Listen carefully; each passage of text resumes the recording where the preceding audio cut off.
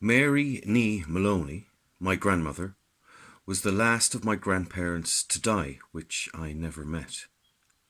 She was born 1888.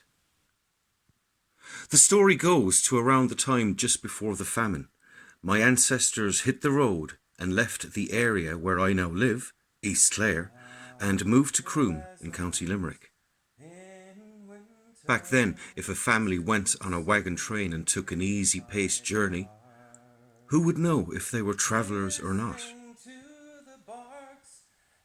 She grew up in Honeypound, in Croom, County Limerick, and married Patrick Barry from Capwhite, Tipperary.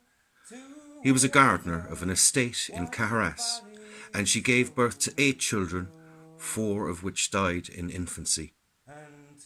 They were given the North Lodge to reside in by a wealthy landowner whom my granddad was employed by for many years. She was a quiet woman who did not tolerate gossipers, as her husband would certainly not have that carry on inside his house. You'd want to stop yourself there now, reading people. If Pat catches you, he'll run you out of the house. Mary read fortunes for some visitors, using mostly only the picture cards from an ordinary deck. No doubt she was a woman people would come to for advice. I visited the ruin of the house in 1976, when I was 6 years old.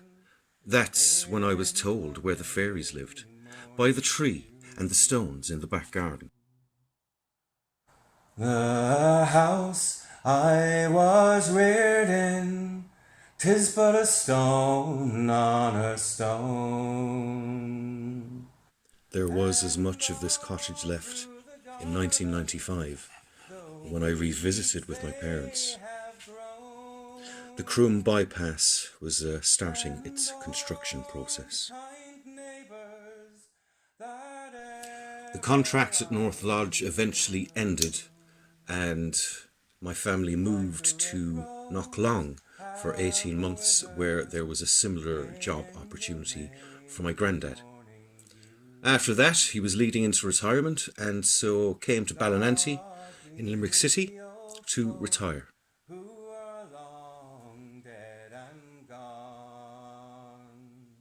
And likewise my brothers, young Declan and Sean, as they trip through the heather, wild hare to pursue. Their joys, they are mingled in the May morning.